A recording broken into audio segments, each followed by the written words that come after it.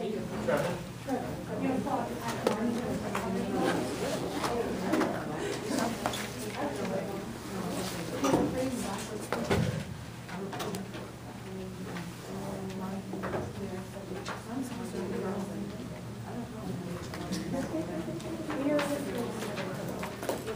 Okay, so we've completed the very first thing. I planned for about 10 minutes of this. The other things we'll do today, we're going to start lecturing on the model of communication. So you will, and not every single thing, but if you went ahead and you listened to the audio portion or you reviewed the model of communication in our chapter, you'll be able to readily interact, and then and there's parts that we intuitively know in this chapter. So we'll go over a couple of things in that chapter, not everything. After that, we're going to go back to those ideas we were working with, revisit that first assignment, and then I'm going to get you set up and just start funneling in more information so that you can be working on your first project. So February, not 12th, is it 13th? 11th, 13th, you have a due date. It's a draft due date. I know it's out there. Feels like it's out there. But what we need to do is make sure that we are working towards just a little step at a time, so that by the time we're ready for our drafts for our first assignments, you won't feel panicked, like, oh my gosh, I don't know how I'm supposed to pull all this together overnight. And also deliver a presentation. So that's so we will deliver this. I will deliver this to you piece by piece, so you feel comfortable with this. I'm not saying that you're going to be stress-free, but that you'll know you have the information together to deliver this first presentation. So to begin, I will not actually have this PowerPoint up yet. Go ahead and block that from us. And I just want to ask the question, why? Why do you have to take this communication class? What's the patient? Why? Need an understanding to lie? Who needs to understand us? Each other, Okay. to be able to convert with other people. Okay, somebody said clients, to be able to talk to each other. So we're starting to see that it isn't just about talking, but about being effective in communication. So we're going to start drawing some lines over here. So professionally, that's an option. What are we doing for a living in here? Why do we have to know how to communicate? Somebody said clients. What kind of clients? That's like our employment clients, or like our employees. Okay. Or those that employ us. Very good. So it'd be a great idea to be able to communicate effectively with your boss, or let's say with people that are working for you, so that you can reach your goals. So professionally, it's a really good idea. What kind of jobs do we hold in here right now? Customer service. Okay. Effective communication is very important in customer service. Healthcare, okay? Why do we need to know how to communicate effectively in healthcare? Because what? Yeah, or lawsuits if you don't, or maybe even if you do, so that's a big problem right there. I might turn this around this way since I don't like to be up in front all the time. Okay. What else do we do in here? Kitchen, okay? Very good idea to have proper communication. If somebody has allergies, you might want to know that. I'm a host. Okay. Host, server, okay, so effective communication is ideal. You want happy customers, you want clients that are pleased with you. Is you good at what you do? So professionally, definitely. And then if you were venturing into our book, they talk about what employers want from graduates. Okay, so students like yourself, you're aiming for a degree. Employers want effective communication skills. And they do this survey every year. For years and years and years, they've been doing this survey, and your book alludes to this. And there are a few things that consistently come up. So there's a top 10 list that come up. Now, if we're talking about communication skills, effective communication skills, that's usually one or two. Writing is another one. What else is on there? What else do you think would be on that list if you were an employer?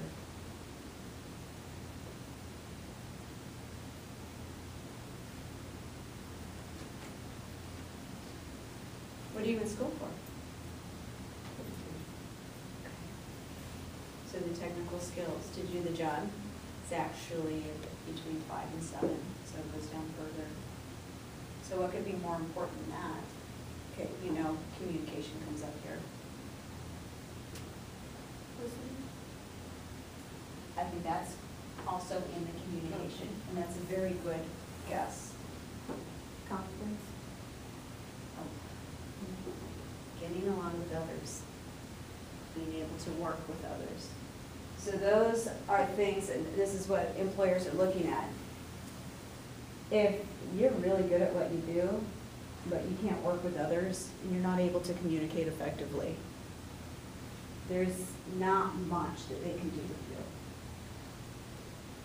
So even if you aren't, and a lot of students are like, oh, I have to be this, top straight A students, you can be a top straight A student and not be able to get along with others. But if you can get along with others, then that's a big deal. And being able to communicate effectively, that's what employers are looking at. So at this college, what we do just what this survey did. We go to the employers in the surrounding area.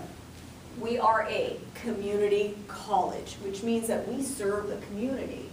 And by training you, and we want people to hire you out in the community because it's good for everybody.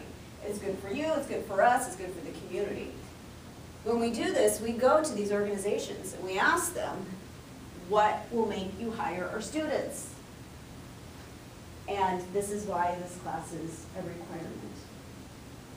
Because they want you to be able to communicate effectively. And that public speaking is a portion of it too. So that's a reason why you're here. But we could look at other reasons why we're here. What other reasons could we be here? What other benefits could we have out of this type of class?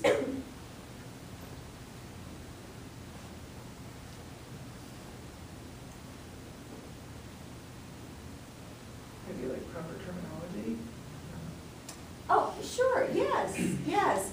I'm thinking more like the people that you communicate with, but definitely being able to communicate with proper terminology, grammar, spelling, etc. Who do we talk to in our lives? Who do we communicate with? Friends, family, just being social in general. Okay, so we can take this outside of the professional and go to our personal lives and see how that can be beneficial. Now, you can always say, well, if you decided to be my friend or if you decided to marry me, you have to put up with me. So I'm just who I want to be. This is just who I am. You're going to have to deal with it. Does that work out very well? Okay, so, and we know that there are some people that feel that way. However, it can make life a lot easier if you can communicate effectively to others. It's not something that actually solves every problem in the world, but that communicating effectively is a big deal. So if you look at, let's say, things, acquaintance, a neighbor, a fight, somebody in class that you don't know very well, and you get upset, they do something, and here you are, you get into a fight with them, and I'm not talking about a physical fight, I'm talking about a verbal fight, and you win. Kind of feels good when you win a fight, doesn't it?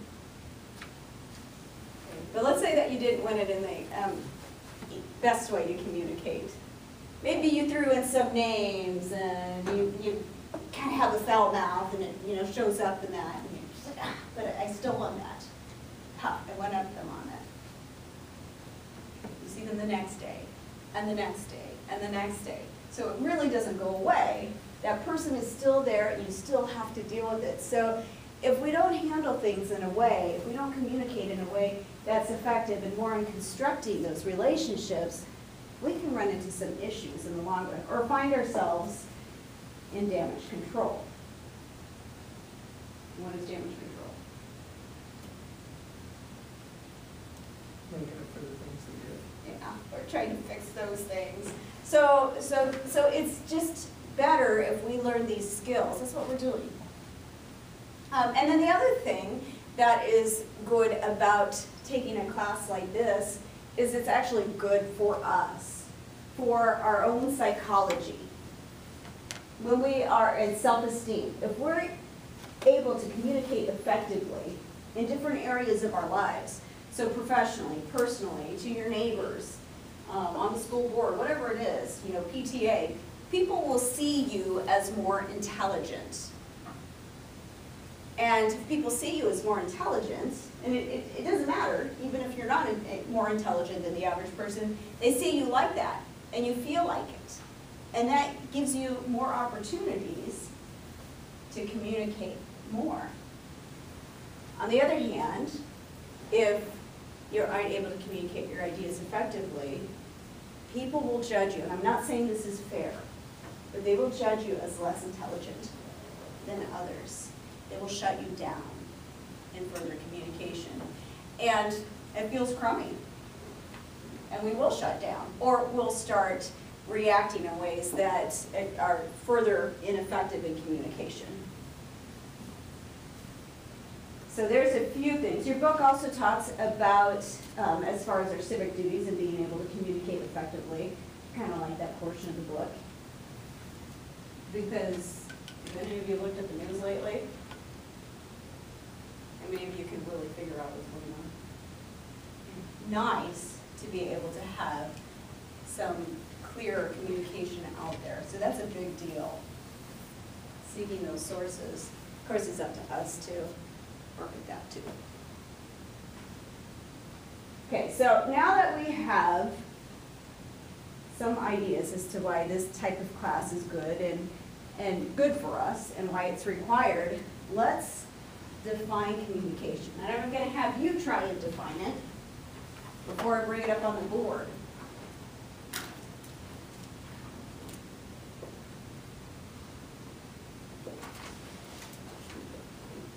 Any ideas on how to define communication?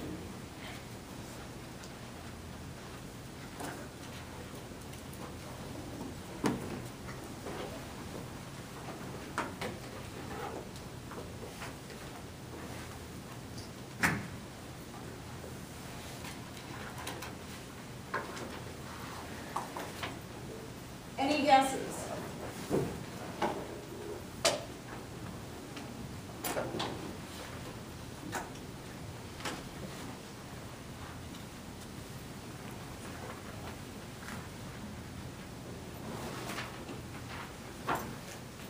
What does this look like? How would we define communication?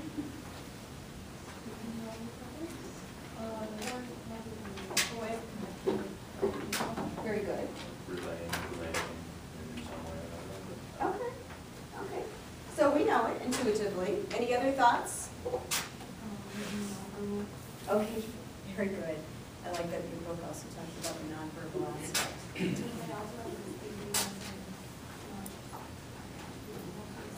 And listening. Okay, so it's not just that one thing, so it's encompassing more things, the nonverbal, the listening aspect, the other people that are involved. So let's take a look at a definition. And I bring this one up because I like the model in this one. This one's actually from the Froehling Bryson Skinner textbook, similar to your definition. But there's a couple things I'll highlight. Now, your book talks about the nonverbal messages, and I want to focus on that just for a minute. Nonverbal communication is over half of our communication. And scholars will debate on whether, how much is it exactly. It really doesn't matter. If you know that the words don't account for less than half of the communication, then you know how important nonverbal communication is. So if you want to take the time to learn a little bit more about nonverbal communication, you'll be heads and shoulders clearer on what's going on in any conversation than anyone in the room, if you just pay attention to nonverbal communication. Specifically, do the words match the body language? If I say I'm fine and I stomp my feet, why do you ask? I lower my voice like that. You shouldn't believe me. Something's wrong. So when you have that incongruence, that's a problem. If you're looking at a person and they're like, yeah, I'm listening, and they're texting and they have their feet turned the other way, they're not really engaged. So you know what to believe because you have that gut instinct about it. Sometimes we choose not to look at that, not to see that, but it's a good idea to see how nonverbal communication plays a big role in this. The other thing, communication is a process. Brooke did a great job describing a process. What is a process?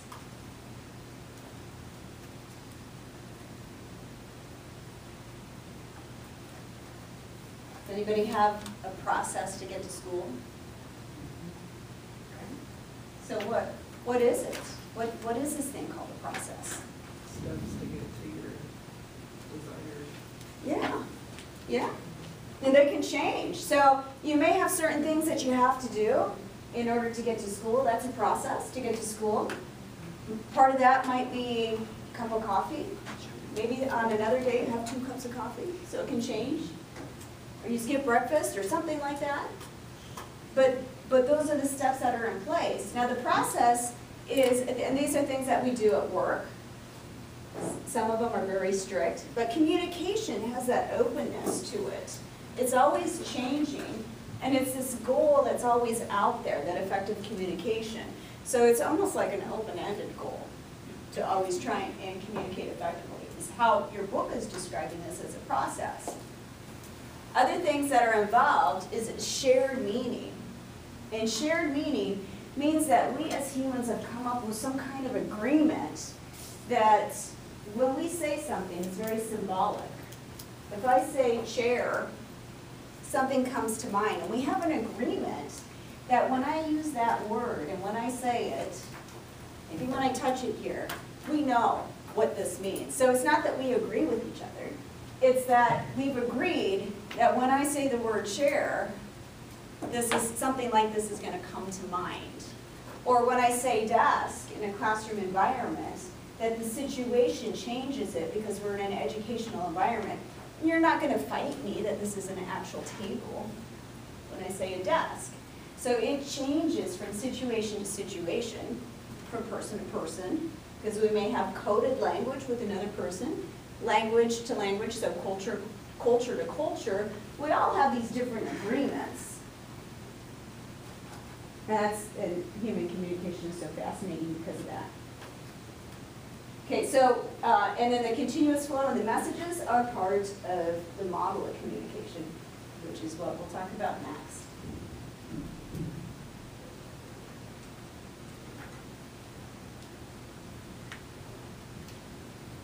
I wonder if I have a battery in here. Wasn't this working just a minute ago? Okay.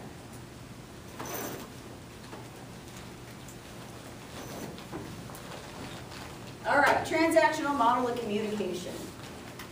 Now, your book talks about a couple different models. It starts with the linear model, where things are just back and forth.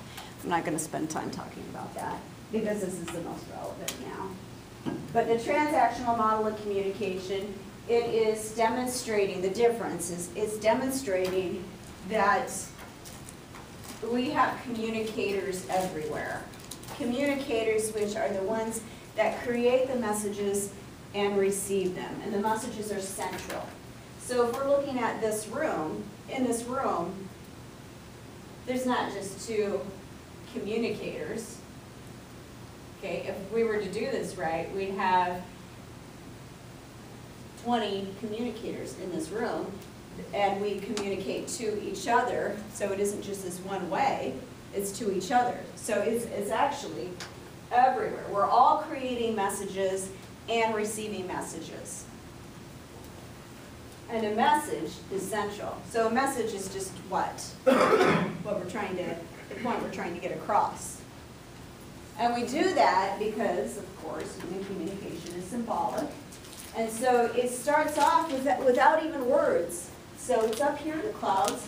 What we have to do is we have to find a way to communicate this thought, this abstract concept to the people around us.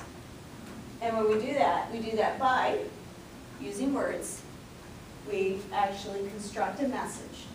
So we code it with words, with things like a visual aid, body language, books, whatever we're using in order to get that message across. It's called encoding when we're constructing messages. And as a receiver of messages, we decode messages by unraveling all those things, like kind of like a present, unwrapping it.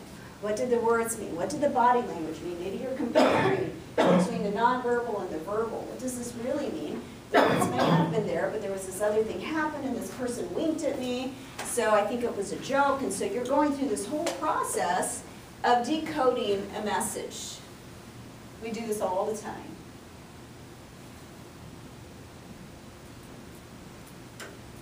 So if I were to ask you, what does encode mean, what would you say?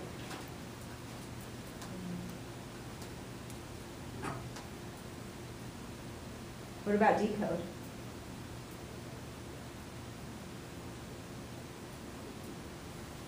Figuring out the message. Very good. Okay, figuring out the message is decoding. Constructing the message is coding it. So in each of your tables, I want you to think of something where we have to put a little extra effort, maybe in encoding or decoding a message. And then come up with an example, maybe so 35 after, and we'll share that with each other.